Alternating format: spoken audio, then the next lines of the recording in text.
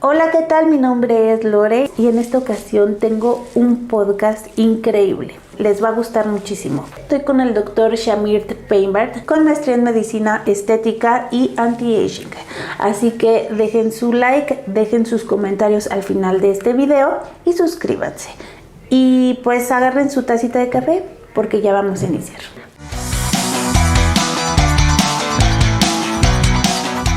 Platícanos un poquito sobre lo que haces, lo que estudiaste, qué es la medicina estética y el anti-aging. Ok, te platico un poquito. Yo me preparé en el Instituto Politécnico Nacional primeramente para estudiar tu maestría o especialidad. Son 7 años primeramente de medicina y posteriormente de 2 a 4 años más para dedicarte a la medicina estética y anti-aging, así como la cirugía láser. Mira, lo que yo definiría la medicina estética son todos los procedimientos médico-estéticos, ojo, médico-estéticos, para llegar a la mejor versión de ti.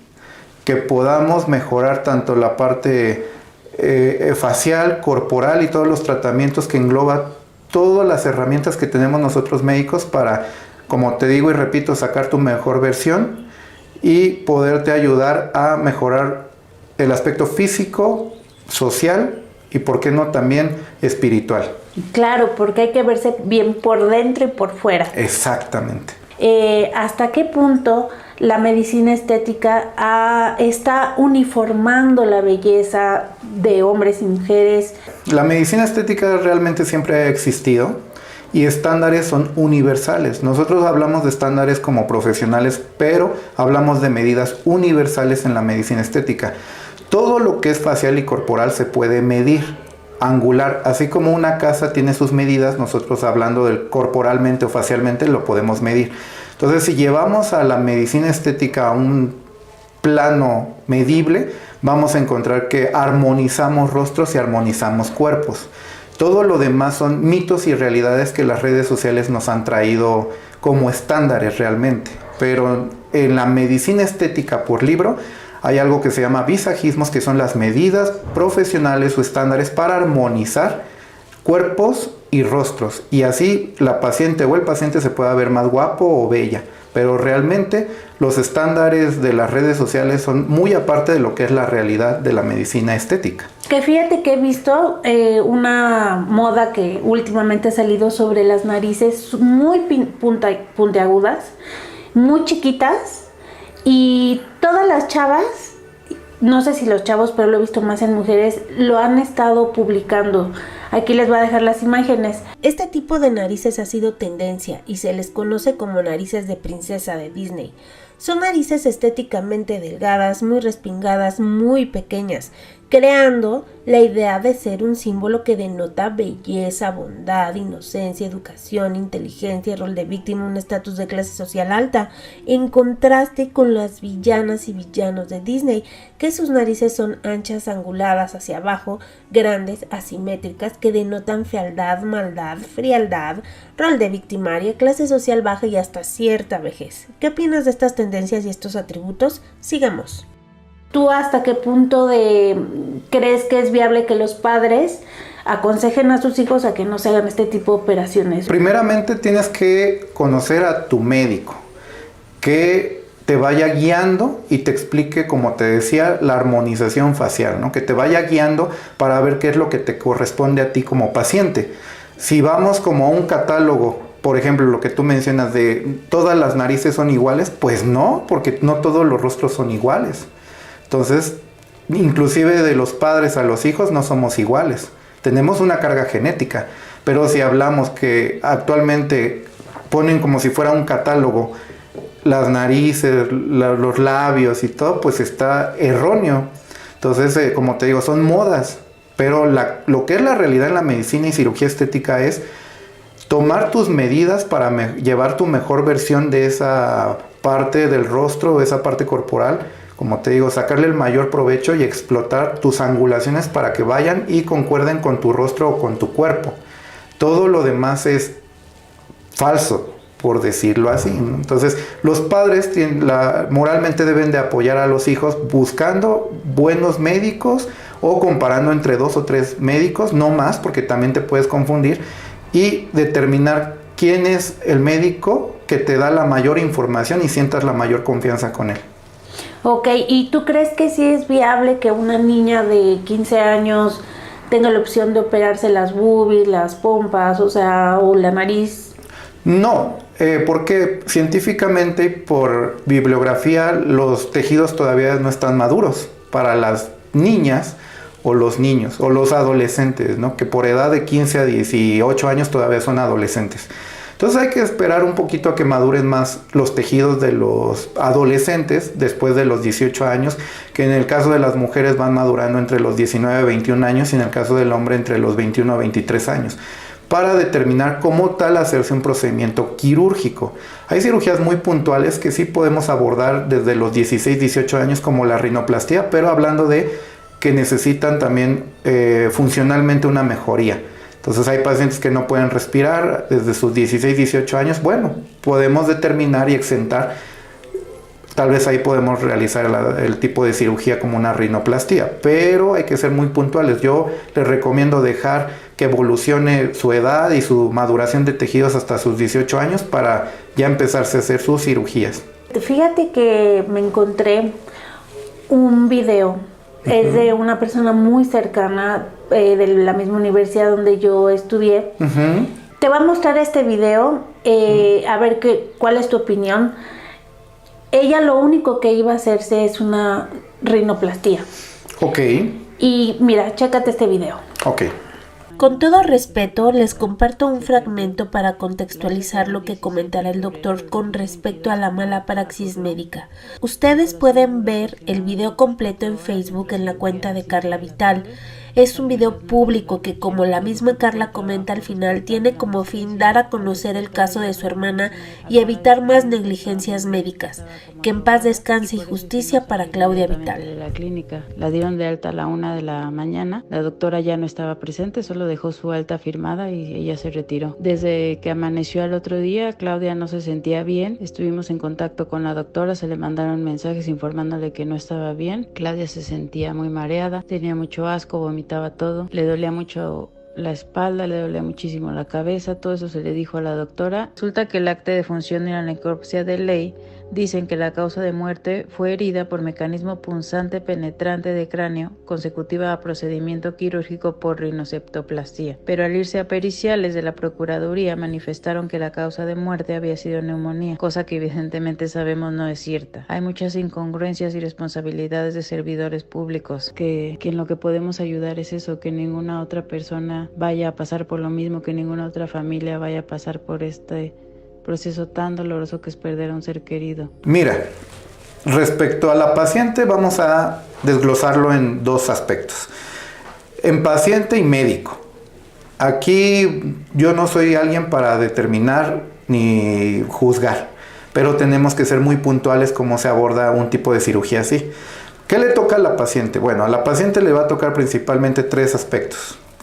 Conocer perfectamente su médico, realizar todas las indicaciones que le sugiere el médico y llevar a cabo al pie de la letra las indicaciones postquirúrgicas.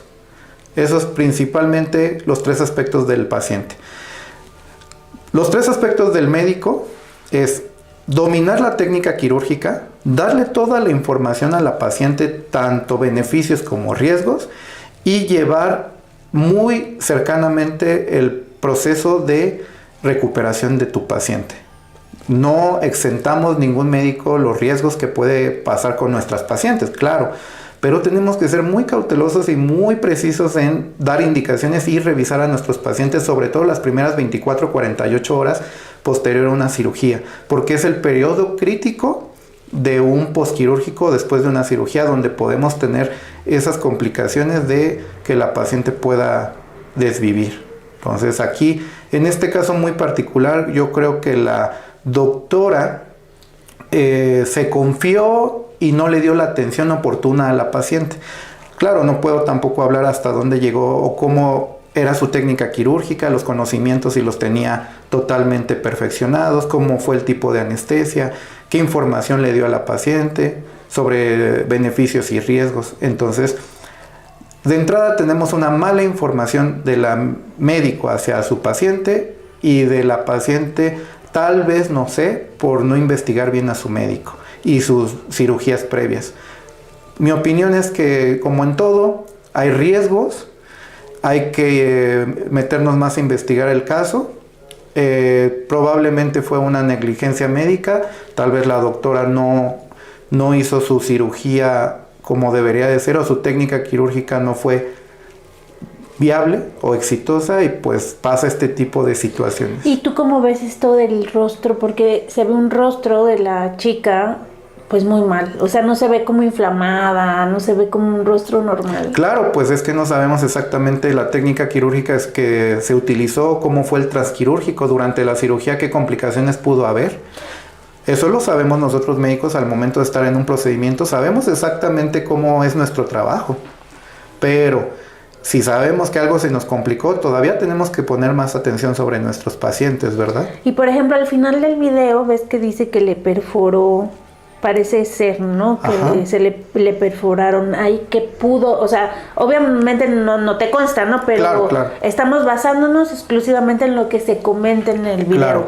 Pero mira, durante una rinoplastia hay riesgos de perforación de piso del cráneo, y hay algo que se llama osteotomía. Al momento que nosotros queremos hacer que la nariz sea más delgada, ahí utilizamos un equipo instrumental médico que se llama osteotomo, que es como si fuera un martillo y un cincel.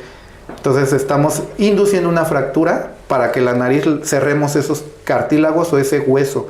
Entonces al momento de estar martillando con el osteotomo, si somos muy bruscos o al momento es una mala técnica, un mal abordaje, o te digo, porque somos muy bruscos, pues fácilmente se podría llegar a perforar piso del cráneo, y pues sí, vamos a tener complicaciones como en este caso del video, ¿no? Entonces sí es algo viable que puede pasar por una mala técnica quirúrgica, y es algo que no es común, pero puede pasar, ya lo vimos. Ya lo vimos. Oye, ¿y esto es reversible? O sea, si te das cuenta, híjole, la regué aquí, ¿puedes en el momento hacer algo?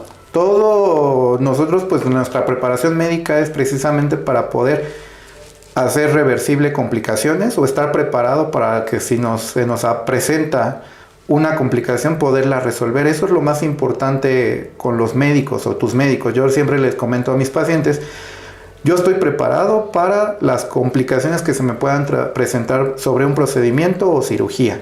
Eso es lo que nos da la preparación médica y lo que debemos de estar preparados los médicos. Llega un punto en que tenemos perfeccionado los tratamientos, pero no que no tenemos perfeccionado los cuidados de cómo se va a llevar el paciente, sus cuidados, y tampoco lo que se nos puede presentar durante un transquirúrgico. Por eso es muy importante estar preparados ante cualquier adversidad. Por ejemplo, tú puedes llevar a juicio a tu médico que te dejó así, como sí, en este caso. O sea, sí. Así es, sí, tú puedes poner una denuncia siempre y cuando se pueda comprobar una negligencia médica y que esté segura a través de una autopsia o alguna determinación médico-legal para poder comprobar que sí fue una negligencia. Entonces, en este caso, pues está el dictamen, ¿no? Que hay una perforación, entonces ahí sí puede proceder. ¿Qué no puede proceder? Bueno, que al final dijeron que era una neumonía, ¿no? Sí, pero una neumonía no evoluciona tan rápido. Ahora, ojo, también cuando hacemos ciertas cirugías o procedimientos, a los pacientes les damos a firmar un documento legal que se llama consentimiento informado. Y tú estás también consciente como paciente que puede haber ciertas complicaciones, como cuando tú vas a rentar un auto, cuando vas a hacer un deporte extremo, te dan a firmar ciertos documentos legales que tú también estás consciente de tener ciertos riesgos. Por eso es muy importante ver con qué médico te vas a realizar ese tipo de tratamientos. Claro. Y por ejemplo, en este caso también al inicio del video pareciera como que su estado de que se dice es que me siento como borrachita y así. El anestesiólogo, ¿qué peso tiene en todo esto también? O sea, porque a lo mejor fueron las dos partes, ¿no? Claro, bueno, tú sabes, y como toda tu audiencia conoce, que uno de los riesgos más grandes es los riesgos de anestesiología. Entonces, depende también la pericia del anestesiólogo al momento de que te va a dar el tipo de anestesia. En este caso es cuando es rinoplastía, es general, es una anestesia general. y las anestesias se calculan perfectamente por el peso del paciente. Entonces, si el anestesiólogo se pasó de anestesia, puede tener complicaciones la paciente, eso puede pasar, aunque normalmente pues los anestesiólogos están totalmente capacitados para calcular perfectamente anestesias. Entonces yo no puedo tampoco determinar que si la anestesia estuvo mal o no, porque pues ¿qué podemos pensar o qué quiero pensar? Que todo el equipo quirúrgico de la doctora pues sabía exactamente lo que hacía. Entonces yo no puedo estar dando culpas, ¿no? Así nada más. Es que se pasó la anestesia, es que esto, ¿por qué? Porque ya para determinar un dictamen médico pues tenemos que tener un expediente, que es un documento legal, lo que nos firmó la paciente, sus prequirúrgicos y una serie de documentos legales para determinar qué fue el error.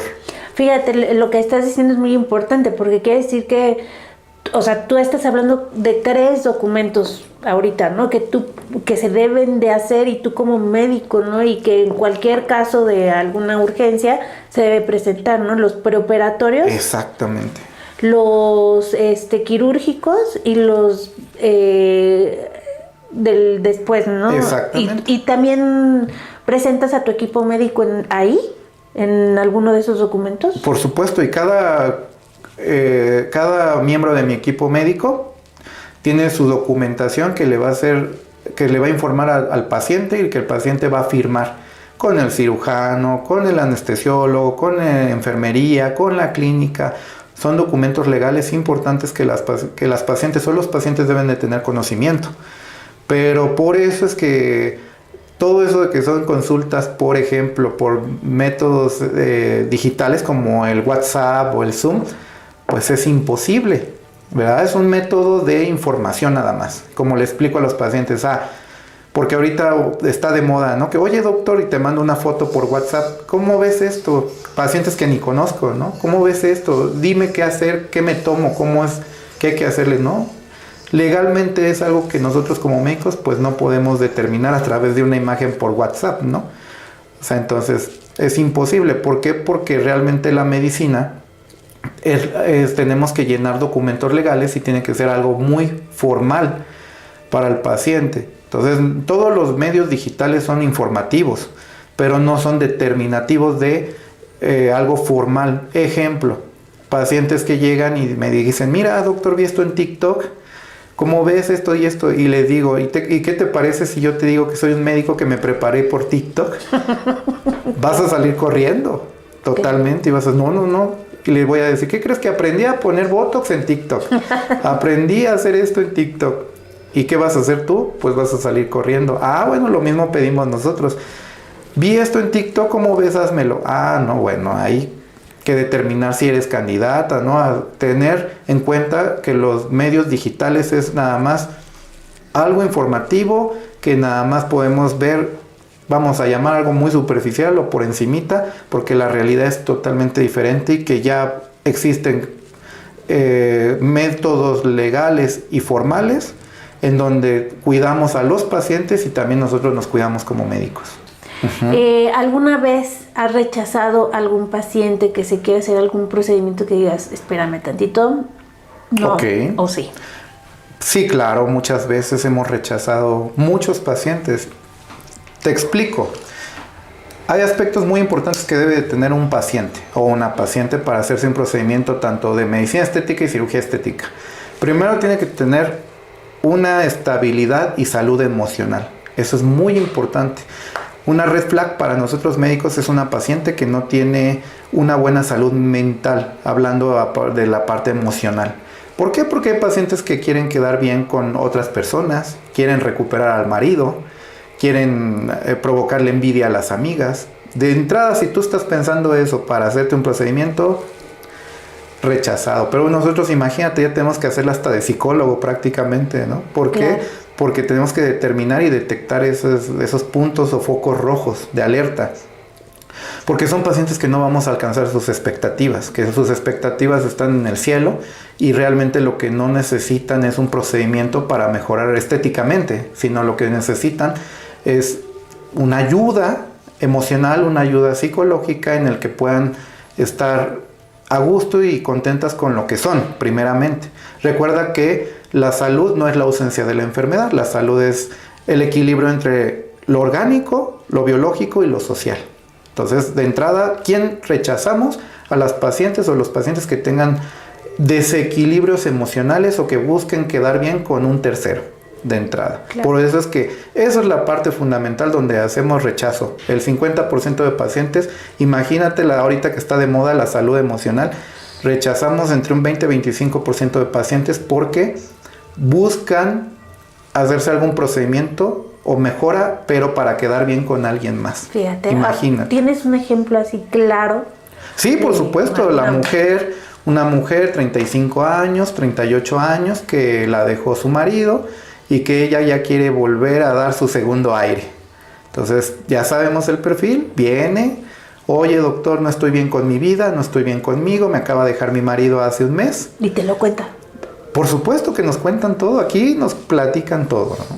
Entonces, quiero hacerme tal procedimiento, quiero mejorar estéticamente algo facial, algo corporal, porque se va a arrepentir de haberme dejado, ¿no? Y yo voy a mi segundo aire y de aquí me voy a conseguir marido otra vez.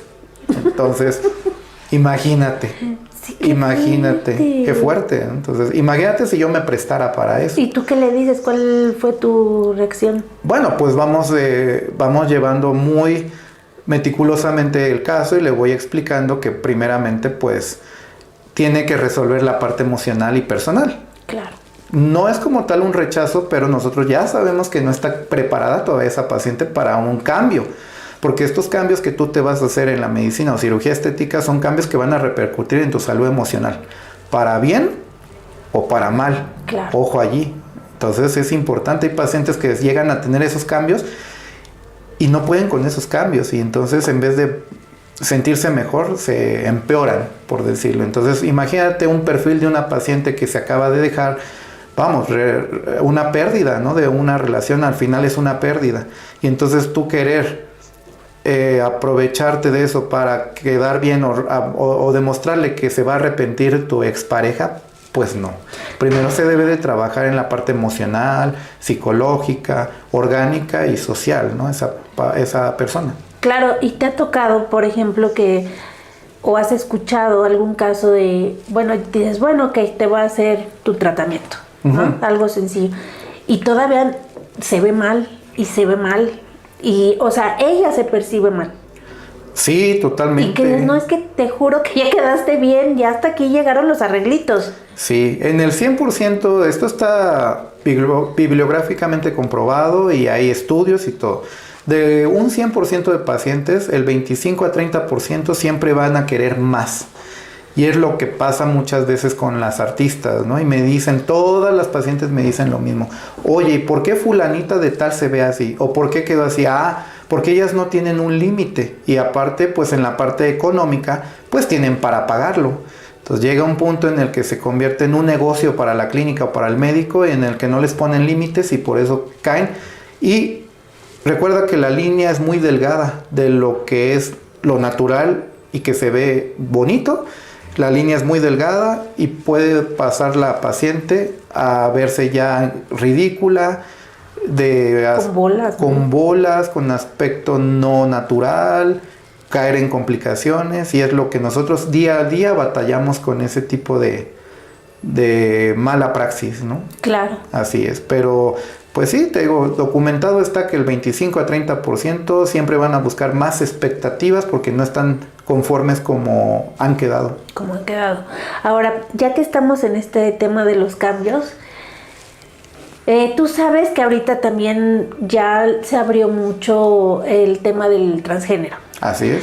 Las operaciones, entonces ahí hay como muchos detalles que a ver, tú que nos puedes enriquecer. Bueno, aquí en este tipo de pacientes hay que, como te mencionaba, hay que recordar las dos partes fundamentales para el abordaje de un paciente, la parte emocional y la parte orgánica o biológica. Entonces, este tipo de pacientes a veces tienen mucha inestabilidad emocional por rechazo de la sociedad o su autorrechazo. No en todos, obviamente. Y la parte biológica es hasta dónde podemos llegar a realmente tener una cirugía de éxito, ¿no? Con esos pacientes. Nosotros no hacemos ese tipo de cirugía, ya que son cirugías que ameritan muchos cuidados, mucha técnica quirúrgica. Es una técnica quirúrgica multidisciplinaria, que quiere decir que van a entrar muchos especialistas para hacer el cambio de género. Nosotros no hacemos ese cambio de género porque es una cirugía que pone en riesgo la vida de los pacientes. Y nosotros, por lo menos, o yo no abordo cirugías o procedimientos que van a poner en riesgo tu vida. Entonces es un tema muy complejo. Han venido pacientes aquí a lo mejor no hacerse ese tipo de cambios tan así, pero a lo mejor a ponerse pechos, pompas. Pues mira, yo los atiendo y normalmente han venido, por ejemplo, a ponerse o perfilarse la nariz para que la nariz se vea más femenina, porque es diferente la nariz del hombre a la nariz de la mujer, y cositas muy básicas. Okay. Les he apoyado para apoyarles en su cambio o su transición de género. Cositas muy puntuales es lo que les ayudo yo. Ok. Pero ya sí, ya al extremo ya no. No. Okay. Tratamientos faciales, pues eso sí, ¿no? Así es. Uh-huh. Y bueno, en otro orden de ideas, nos vamos directito a Hollywood. Muy bien. ¿Qué es lo que está pasando? Hace algunos meses empezó a salir en redes sociales que Lindsay Lohan, la misma Salma Hayek, muchas celebridades como si tuvieran 30. O sea, con rostros súper bonitos. Y se hablaba mucho de esta sustancia, y justo sale con la película, ¿no? De la sustancia. ¿Qué se están poniendo? Ok, buena pregunta. Bueno, aquí en este caso hay que determinar unos factores importantes, y yo abordaría de entrada la parte de cambio de hábitos. Es muy importante porque Lindsay Lohan, acuérdate que consumía alcohol mucho, en muchas cantidades, y drogas. Entonces pues cambió esos hábitos, ¿no? De entrada desintoxicó su cuerpo. Cambió hábitos y muy probablemente pues esté haciendo ejercicio.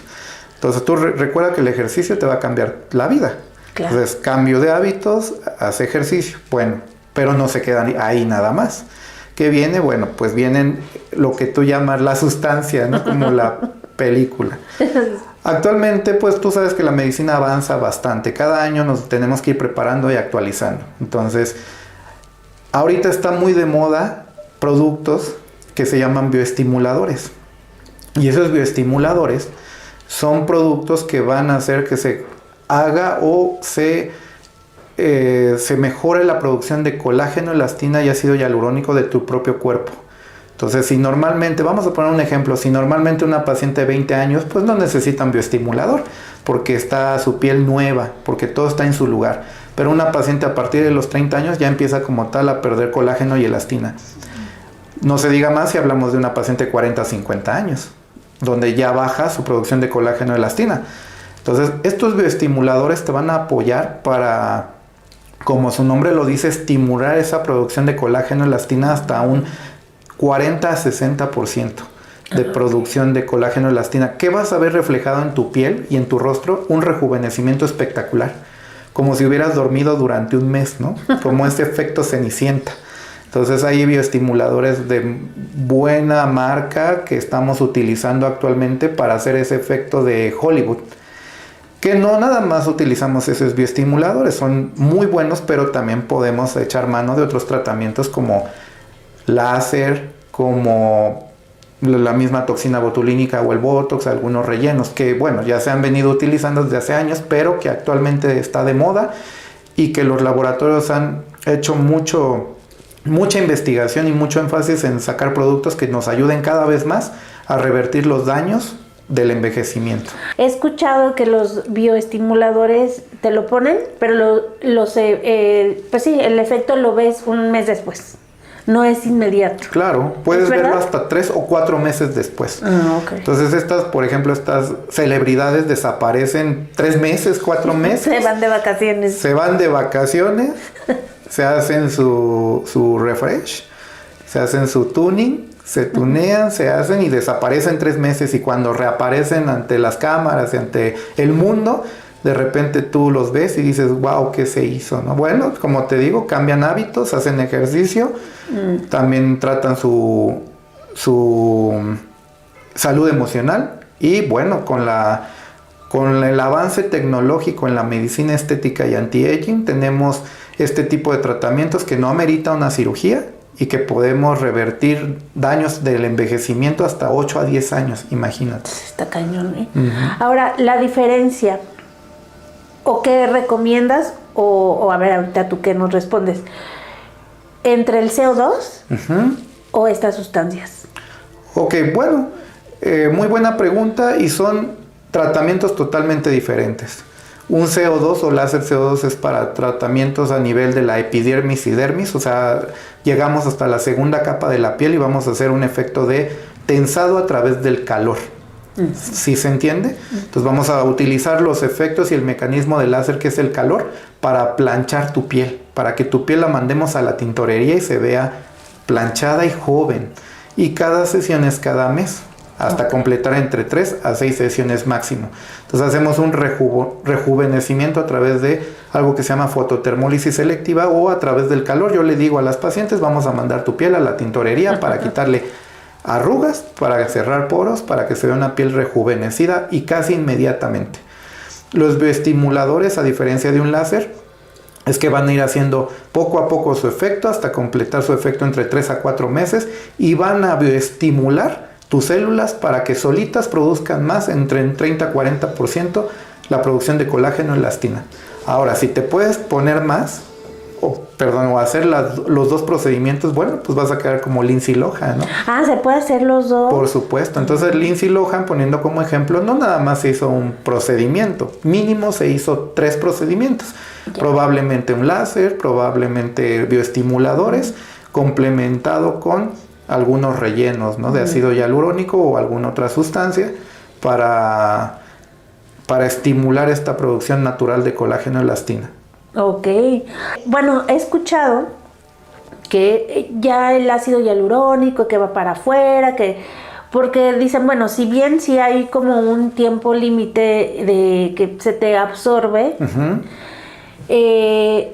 pero queda rastro, hay como que queda. Entonces luego la gente pues ya se acostumbra a verse muy lisita y se pone y se pone y se pone, y es cuando aparecen como estas bolas, ¿no? Bueno, sí. ¿Es verdad esto? ¿No es verdad? ¿O hasta dónde? O tú como médico pues debes decir, no, ya, hasta ahí, porque claro. Si no se te va a salir así la bola. Claro, no, bueno, el ácido hialurónico primeramente no va para afuera, es un producto que sigue siendo y seguimos utilizando al día a día, son nuestras herramientas de entrada, y como te decía, no tenemos que cruzar una línea tan delgada que es quedar en lo natural y en lo permitido, y saltar esa línea a caer en el exceso. Como dicen en la tele, los excesos son malos, ¿no? Entonces hay pacientes que se llegan a aplicar una jeringa de ácido hialurónico, máximo 2, y hay pacientes que cruzan esa línea y se quieren aplicar 6 jeringas. Entonces ahí es donde se hacen las bolas.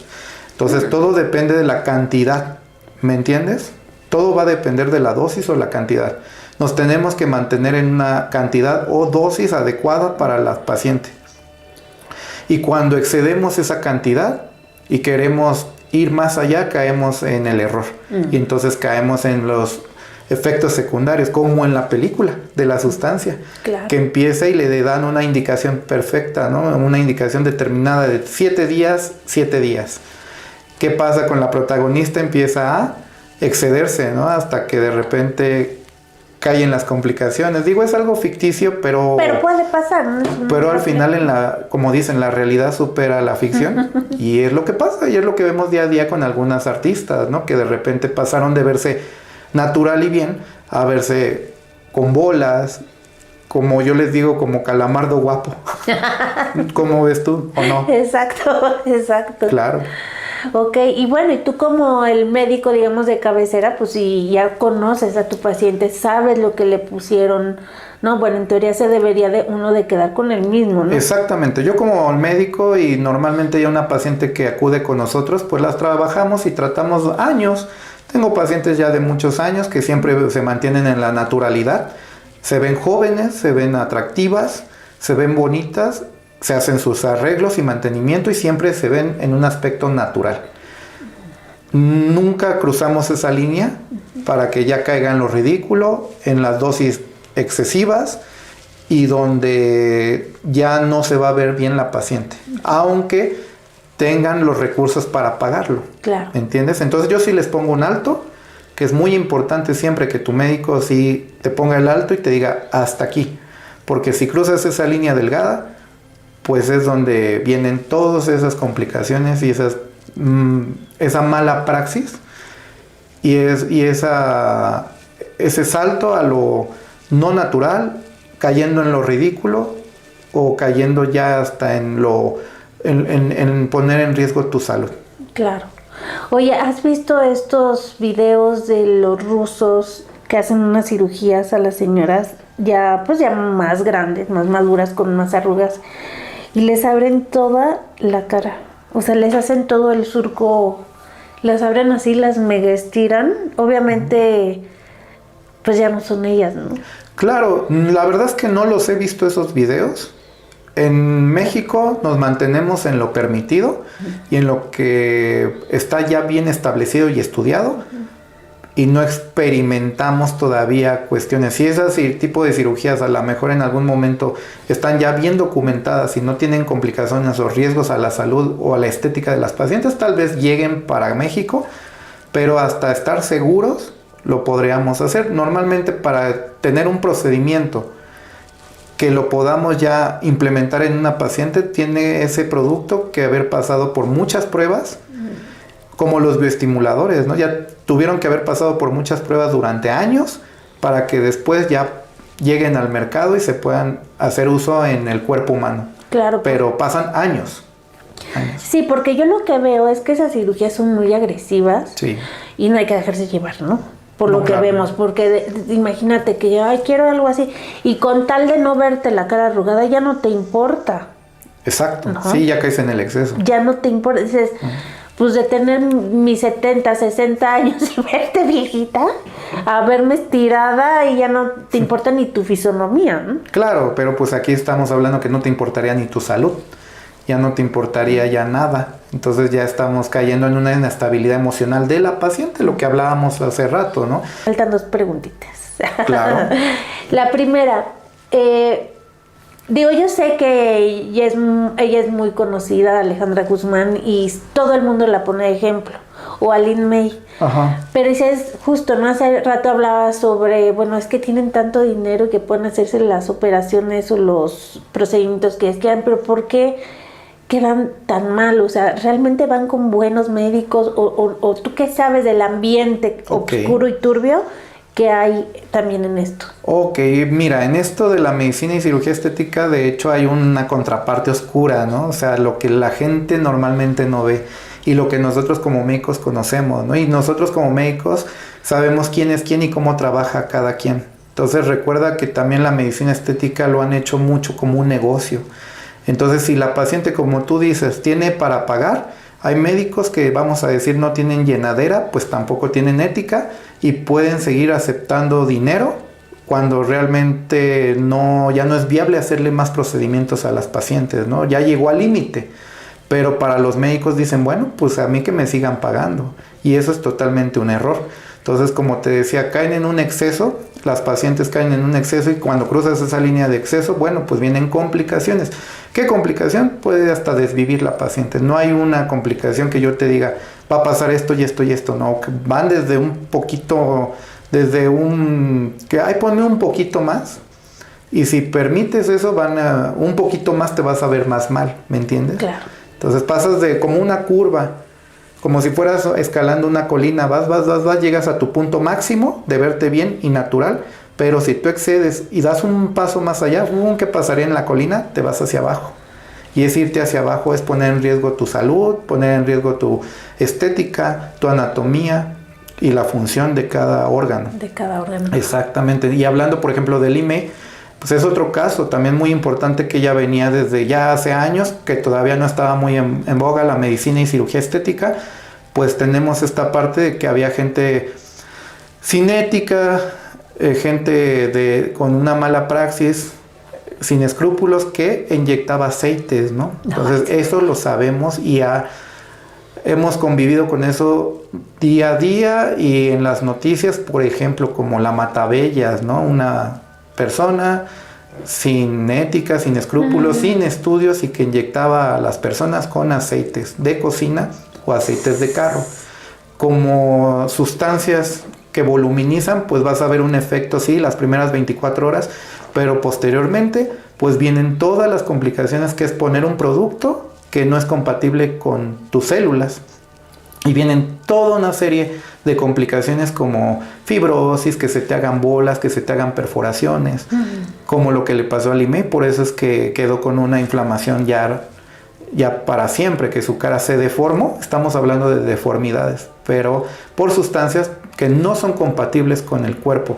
Qué horror. Por eso es que nosotros, como médicos, como especialistas en el área de la medicina estética, a los pacientes siempre les mostramos qué productos vamos a utilizar, cómo se los vamos a aplicar. Todo es nuevo, todo tiene que ser destapado en el momento y mostrárselo a la paciente.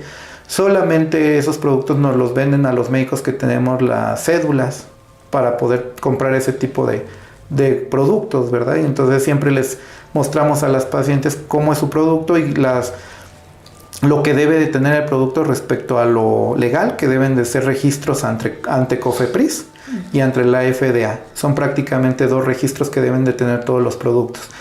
Nada de que voy a tu casa, te inyecto, nada de que conozco una fulanita de tal que inyecta. Una estética, ¿no? O una estética, o no, todo debe de ser puesto bajo supervisión médica estricta en áreas destinadas para eso, que son consultorios certificados y áreas específicas para aplicación. Así sea lo mínimo, tenemos que ser muy puntuales en cuidar la salud de cada paciente. Ok. Ahorita que estamos hablando de deformidades, de cosas, ¿cuál ha sido tu peor caso? Un caso que te acuerdas que ya no manches, me llegó con este problema. He visto muchos casos, muchas complicaciones de otros colegas o otras personas, desgraciadamente, como te digo, hablando del lado oscuro ahora de la medicina y cirugía estética, es muchas complicaciones que llega a haber en esta rama, y uno de los casos que más recuerdo es una aplicación de biopolímeros. Los biopolímeros, creo que todos los han escuchado, como lo que le pusieron a Alejandra Guzmán en los glúteos. Los biopolímeros son sustancias que no son biodegradables. Entonces, que se pusieron muy de moda y que todavía ahí en el lado oscuro de algunas clínicas lo siguen utilizando, pero está prohibido.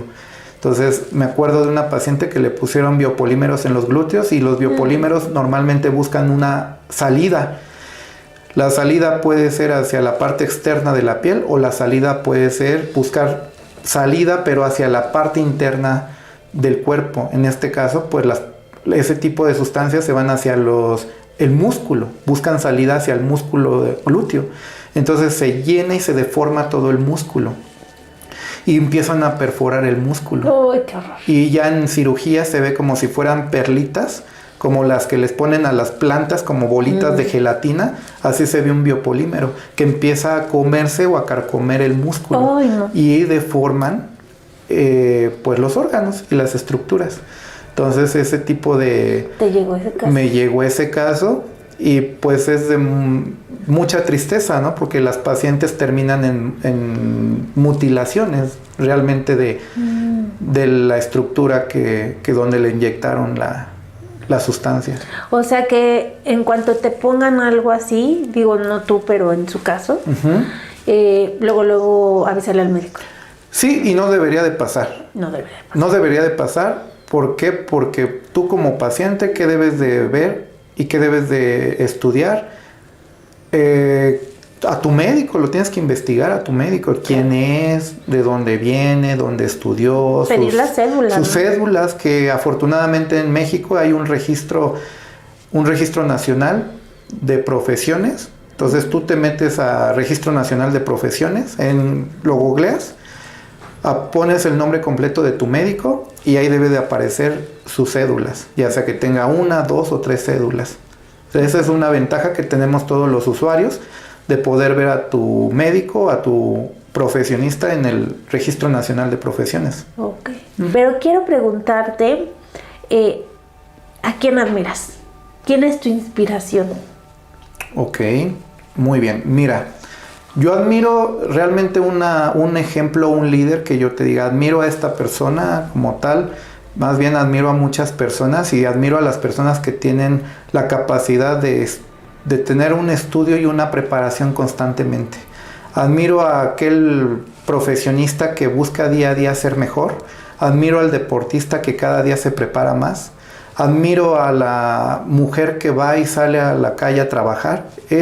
Por ese tipo de personas es que yo también me motivo, ¿no? ¿Por qué? Porque yo también quiero aprender de cada uno de ellos qué es lo que hacen para motivarse, y yo también trabajo en mí en motivarme, ¿no? Día a día yo soy una persona que tengo mucha disciplina.